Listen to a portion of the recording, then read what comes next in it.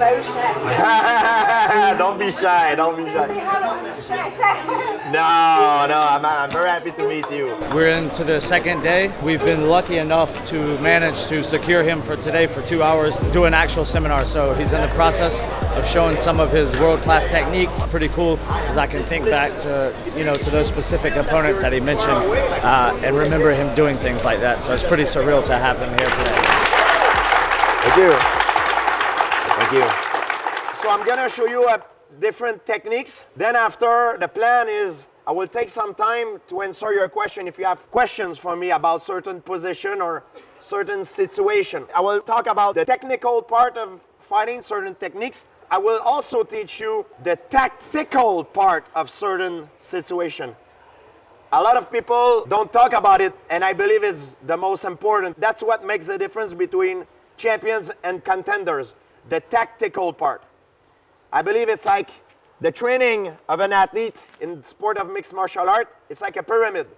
The base is physical. Are you in good shape? Are you an athletic person? Are you injury-free? This is the physical. This is very, very important. Then, after, the layer that comes after is the technical part. Your knowledge. Do you know an armbar? How to throw a punch, a kick? That's what we're going to focus on today. I'm not going to focus on the physical. That's your job. You do that at home during your everyday training. Today I'm here for the technical, and also the layer after, the peak, the tactical. This is very important. Why are you doing something? Knowing why you do something rather than another thing. And that's what makes the difference between champion and contenders. And I'm going to teach you part of that today. We'll start with something very basic as the jab. Everybody, most of you know how to throw a jab, but I'll show you a different reason and different ways of throwing a jab that will help you maybe setting up other things. The way I like to throw a jab sometime, when I fought Josh Koscheck, I was throwing it in a different way. Not only in Josh Koscheck fight, but in many of my fights, I like to bring my hands down because I put my hands outside of my opponent's field of vision. He doesn't see it. I'm here. I'm just as close. The only difference is I'm tilting backward and forward. What matters is that you have to always ask yourself, what is the nearest point of my opponent? The nearest point for him, the nearest point of his opponent is my foot. But he doesn't see it because it's outside of his field of vision. If I'm like this, the nearest point for him, he sees it, it's his fist. So he recognizes the threat. It's important that you are aware of this. If I'm fighting him and I throw my jab here, he might see it coming. Easier that if I'm here and I'm baiting him with something here and boom! So now we're going to work on something. You're going to do that 5 times. George is going to keep his hand here. I'm going to practice the skill, and he's going to move with me of using that effect. Like a cobra, a snake, when it launches itself on its prey, does the same thing. It folds himself, and it launches itself. Blah! We use the same thing. We're not going to be here and throwing a jab here. I'm going to be here, stepping back, and as I'm getting closer, I'm making a decoy, a distraction here. Boom! And as soon as I touch, I'm going back into safety. Now people will tell me, more experienced fighter, they're going to say, yeah, but George, if I'm here, what I need to, from my perspective, what do I need to be aware of? If I'm here, what is my biggest threat? If someone can tell me. Leg kick, exactly. If I'm here, what is he going to think about is a leg kick. I mean, perfect. I'm going to get my leg kick. I need to be aware of that. So I'm going to hit him 5 times.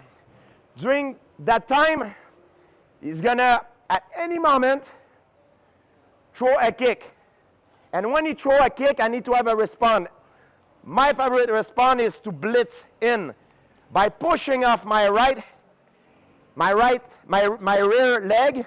When he kicks, boom, and blitz in. I use that in multiple fights. Sometimes I made it on purpose to give a fake opportunity to my opponent to throw that kick, and then boom, I blitz in with the takedown. Dan Hardy, Thiago Alves, Carlos Condit, many fights. You don't see it on TV, but I guarantee you that my opponent saw that opportunity. It's a relation I have with my opponent. So the way we're gonna work is like that. So he's gonna put his hand, George gonna put his hand here. Boom. At any moment when he throw that kick, pop. Now I have 3, up,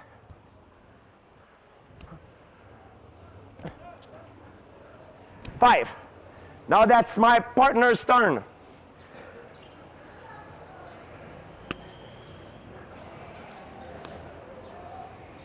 Yes, start slowly. You need to build up and recognize the pattern.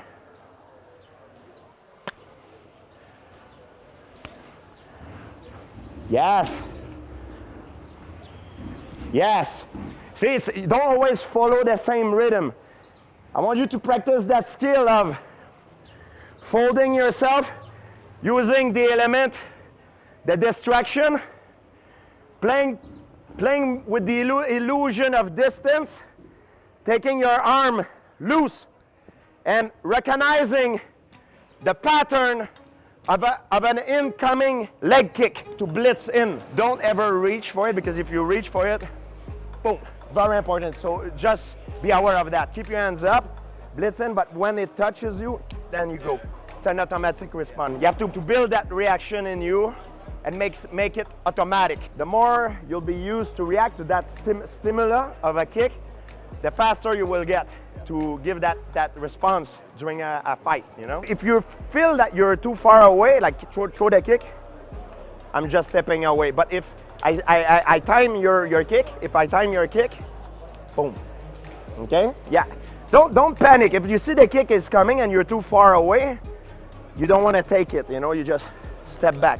Yeah, let it miss you. Someone asked me a very good question. What if we are in open stance? So when the kick comes, bam! Stay far, you're too close. Yeah, now it's good.